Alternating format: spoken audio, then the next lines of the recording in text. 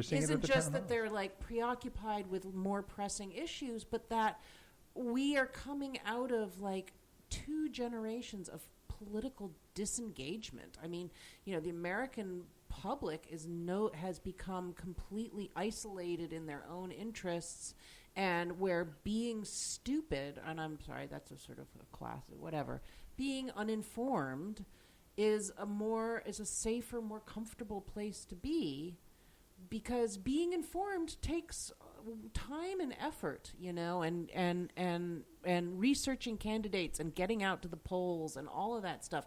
And I'm not pointing the finger just at, Republicans, because I think that we're suffering from this in a huge way in the Democratic Party. Well, absolutely. I think over the last 8 years of Obama, I think a lot of liberals got really complacent because, figured we got it good and, things are on the upswing. How could we possibly take a step backwards? And lo and behold. And I think that, well, meanwhile in France, 80% is their typical turnout. Yeah. And I think it was even higher this time, maybe. Oh, and do they vote during the week or on the weekend? Yeah, on the weekend. Oh, very smart. And that's unlikely to change in the U.S., while we have Republicans who they want less engagement. They want lower information voters. Disenfranchisement. Did you know that they just opened this Office of Voter Disenfranchisement, or what is it? Investigation into the to the voter fraud. And what it is, they brought on Trump brought on Chris Kobach from Kansas, who is a experienced disenfranchiser for the Republican Party. I mean, this guy is pure evil. He is, and they say they're going to go through all the voter rolls, and that means purging. Yeah, yeah. They're shutting it down. They are shutting it down. I mean, the demographics are going the wrong way for the Republicans. Yeah. But maybe they can succeed with this business plan. I mean, I don't want to be super alarmist, but I cannot stop thinking as all of this stuff happens of they're not playing the same game that we are playing, that American history has played. And, we're all talking about the 2018 elections, and something in my mind goes if we're even allowed to have those elections, these people are about tearing down our democratic processes. It sounds so crazy, but I think there's a lot of people who including Fox News, would promote whatever idea. If they said, for instance, our databases are compromised, we clearly cannot have this election because... And Fox News and Breitbart would run with it, and every single show on their network would tell you that they can't have fair elections now. We have to investigate it. And, Republican state houses would pass laws to suspend elections. Yeah. I mean, that seemed so implausible 4 years ago. Yeah. And now it's I totally see it happening. Yeah. Absolutely. Yeah. That it could happen. Yeah. With the firing of Comey. Boom! You go to Fox News, and it's of course he had to fire him. Yeah, of course. Well, Fox News. Fox News was saying Comey resigned. Oh, that was the original reporting. Yeah. Well, there has been no organization that's done more damage to American democracy in America than Fox News. Yeah. I mean, it's essentially a criminal organization. Yeah. You've got Roger Ailes that was basically running a sexual harassment ring within there. That he was part of, Bill O'Reilly, all these guys. It's so disgusting. It's disgusting.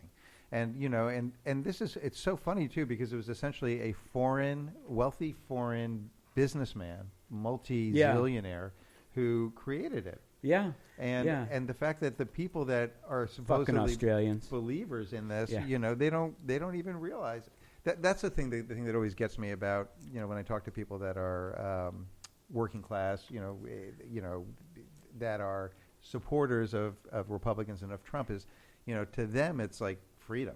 And what they don't see is that these are the people that own this country and are basically trying to move all the risk onto them. And I believe, wasn't there a move to yet again make it easier for companies to own more television stations? Oh, well, you know what Sinclair's doing, right? Well, maybe that was what I was thinking. So Sinclair Broadcasting is this very conservative broadcasting outfit, and they have been buying up, and this is right now, all the local channels in all the markets, and they are requiring them to run conservative broadcast material. This has been reported today. Yeah, that's And most people get their news from local news. Hey, the good news is we were all alive during the good times. We remember them. Yeah. Yeah, there used to be. It was funny because we've got now we have what we were told we would have in childhood, which is the 500 channels. Yeah, but all full of crap. Let's go back to the demographics. That's a nice warm bath. Yes. Let's talk about how. Let's talk about how. What was I seeing in India now? Solar energy is surpassed. Is that right? Fossil fuels, and that whole system is becoming undermined. Let's talk about the voter demographics coming up. The millennials. Oh, I love that conversation. I'm sorry. I'm just trying to find I'm just not convinced that all millennials are going to turn out to be voting Democratic for the rest of their lives. Not necessarily, but they are definitely more liberal, and you can't use, they're not against gay marriage or whatever, and clearly Pence has his issues. But the Republican Party, is using these wedge issues that won't work on millennials, some of which. But I don't think, yes, there are certain attributes to age-related demographics that, do bode well for the liberal side in the future. But I think that discounts the geographic aspect of, a certain I was talking to a friend of mine last night, and one of the things he said that it just keeps echoing in my head is that there's 35% of the country that you're not going to budge them on how they feel about Trump, right. And these people are passing those values, for lack of a better term, on to their children. I know, and you're right. So yeah, by and large, millennials are going to bring a more liberal, finger quote, sensibility, but we're still, it's still a numbers game, I think. Well, the thing to remember about millennials, however, is that they are sort of a non-geographic demographic in some way because they're so fluid across the internet. They make friends with people in other states that they've never met. I mean, and they unite around music and culture and stuff like that. And friends of friends of friends of friends all come to know each other. I mean, I witnessed this with my own millennials. So that gives me a lot of hope that, maybe we won't be so geographically bound, in the future. But my question on that is I think the big divide in this country right now, it's not blue state, red state, it's urban versus rural, and suburbs kind of go either way, right? Mm-hmm. And I wonder, what percentage of those millennials are concentrated into those urban areas that are Democratic strongholds, where you can have California basically going like wholeheartedly, crazily for Hillary in terms of the numbers, but it doesn't change what happens in the nation. And I don't think that the Democrats will succeed until, I'm a firm believer in a 50-state strategy. I've got a friend who's organizing in Oklahoma City, and they're finding new women candidates, for the Democratic side. And can you imagine what's like in Oklahoma, which is basically a state that's run by the energy industry? This is where the change has to happen. There has to be some sort of rural movement. And so when I fantasize about the future getting better, it's about all the cool people getting priced out of the cities. And, it's happening in L.A. We know it. It's happening in New York. It's happening in a lot of places. So what happens Us just infecting the rest of the world with our coolness? Yeah, and if enough Brooklyn hipsters move to Missouri or Montana. Brooklyn hipsters ain't never moving to Missouri. What I'm thinking... There are definitely the ones that are going back and farming. I would discourage them from doing that, but...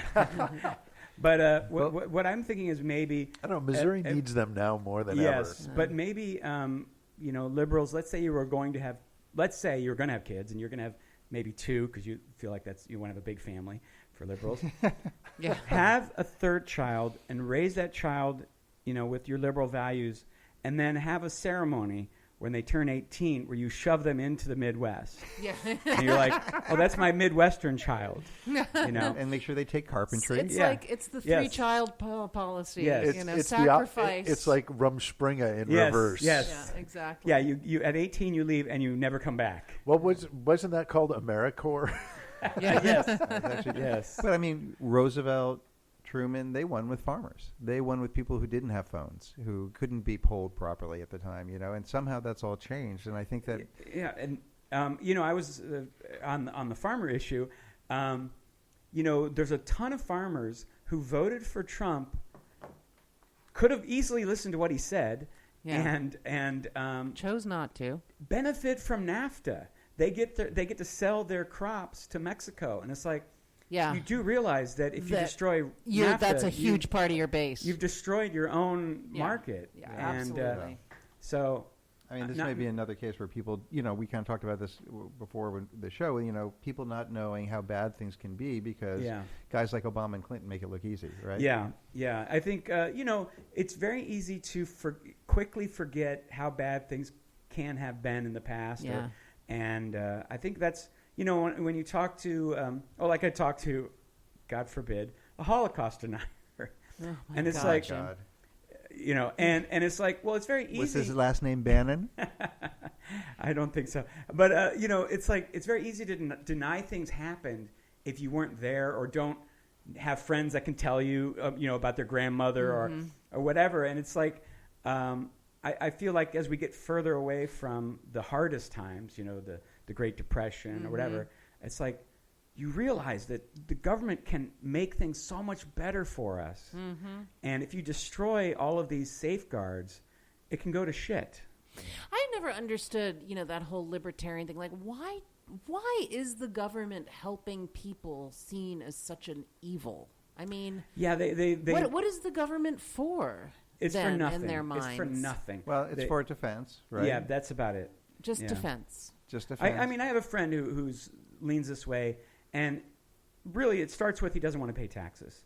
Yeah. So then there's the fantasy life that my taxes don't do anything, so I should get them all back. Yeah. And they say taxation is robbery or theft. Yeah. Taxation is theft.